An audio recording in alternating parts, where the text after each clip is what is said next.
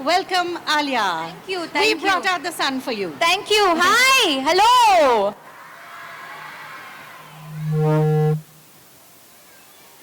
I am. And you are? You are the Incredible Hulk? That says your t-shirt. Hi.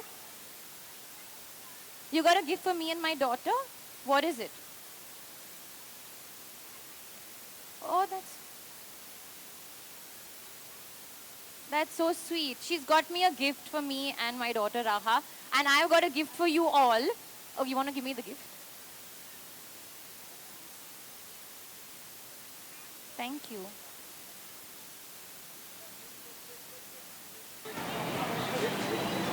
Thank you. Can I give you a hug? I'm going to just keep this on the side so I don't lose it.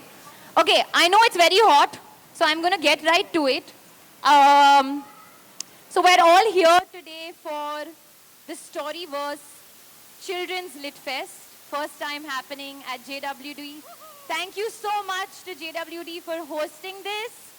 Y'all are always going from strength to strength when it comes to entertainment for families, and this is just another massive feather in your cap, and Edamama is so proud to be associated with it. So today I'm here. Actually, it's a very emotional day for me. मैं थोड़ी सी emotional हूँ क्योंकि आज actually today is my grandfather's birthday. He passed away a couple of years ago. My mama's papa, and I only remember in my childhood, I was only living in the stories of my grandfather. He would call me up and he would tell me stories about three characters, Chunnu, Gunnu and Munnu. Okay, I don't know what Chunnu, Gunnu and Munnu were. They could be rabbits, they could be mice, they could be ants. But Chunnu, Gunnu, Munnu जाते थे adventures पे, कुछ गड़बड़ होता था, picnic पे जाते थे, ट्रैक पे जाते थे, पूरा घर को पानी के साथ भर देते थे. It was always some problem that Chunnu, Gunnu, Munnu had to fix. But जो मेरे दिमाग में हो रहा था is I was becoming this imaginative storyteller in my brain. So I remember as a kid, my sister Shaheen would sit in the bathroom and read Harry Potter books, and I would be sitting and staring outside the window and just staying with my imagination, because that's the door that my grandfather opened in my brain. So on his birthday today, I am going to launch the first book from the Edamama universe, and that book is called Ed Finds a Home. And this is just the beginning of the adventures of Edamama. So Edamama का जो एक शुरुआत था, it started with this story. And since I'm talking about telling a story, I can't go ahead and launch this book and claim that I have everything to do with it, because that's absolutely untrue. I have my co-storytellers without whom I would not have been able to put this book together. I'm so grateful. Shaheen is the author in the family. I'm still the actor and the storyteller. But this is something that has been such a blessing. So I'm so grateful. Vivek Kamath, you are sleeping. She's already read the book. Huh? She's definitely influenced part of it. Should we sit here?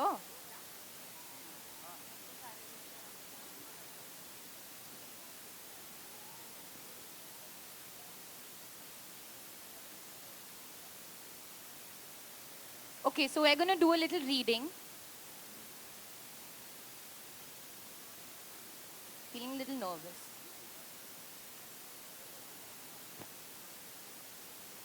You start. Okay. Can you hear me? Can everybody hear me? It was a bright and sunny Sunday morning, just like today.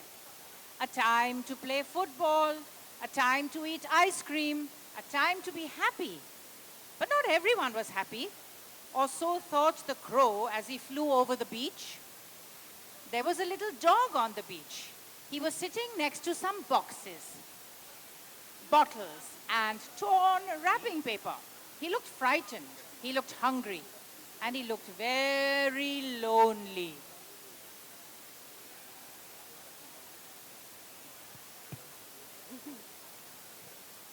There was a small brown house near the beach, and in the house lived a little girl. She looked troubled, she looked worried, and she too looked very, very lonely.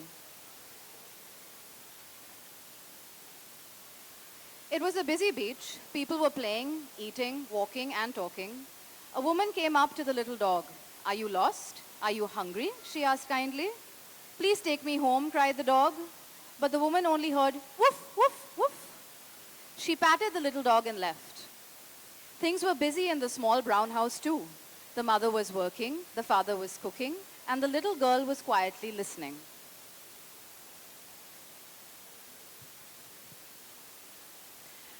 For she could hear a jumble of voices outside the window, whispering, grumbling, mumbling.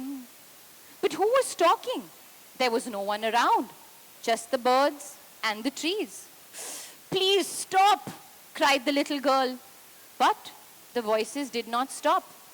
Instead, she heard a bossy voice say loudly, "Go to the beach.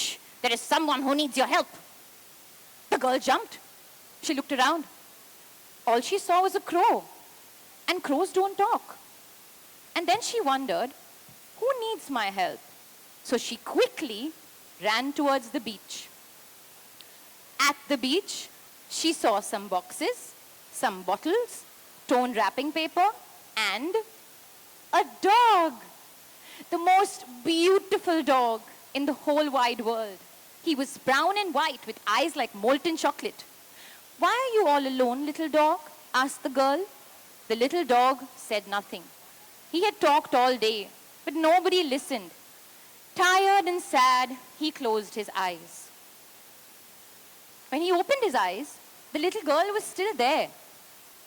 "Do you need help?" she asked. The dog decided to try one last time.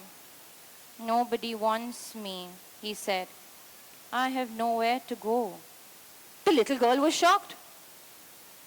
"Who said that?" she asked, looking here and there.